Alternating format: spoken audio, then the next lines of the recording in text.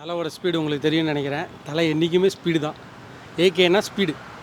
அவர் தன்னம்பிக்கையாக ஜெயிச்சு இங்கே சினிமாவில் இல்லாமல் சினிமாலையும் இட்டு அங்கேயும் இட்டு தலை கெத்து என்றைக்குமே. அதுதான் என்ன ஸ்மார்ட்னஸ் பார்த்தீங்களா, ரேஸில் சும்மா சிறு பறக்குது கார். அந்த இந்தியன் ஃப்ளாகை அப்படி ஆட்டும் போது கூஸ் பம்ப்ஸ் அப்படியே மெய்வ் அப்படியே என்னது கண்ணில் தண்ணிலாம் வருது எனக்கு. அந்த மாதிரி தலை தலை தலை தான் தலை. சிம்பிளாக சொன்னோமா, அஜித்ன்றது ஒரு ரப்பர் பால் மாதிரி. சமீபத்தில் ஒரு ஆக்சிடென்ட் ஆயிடுச்சு. புஷ் பேக் எடுத்து டப்புன்னு வந்து நின்னார் பார்த்தீங்களா ரேஸ்டிங் ரேக்கில். நான் வந்து அடிப்பட்டவன் கிடையாதுரா, டக்குன்னு பவுன்ஸ் பேக் வந்து தேர்ட் பிளேஸில் வந்து நின்னார்.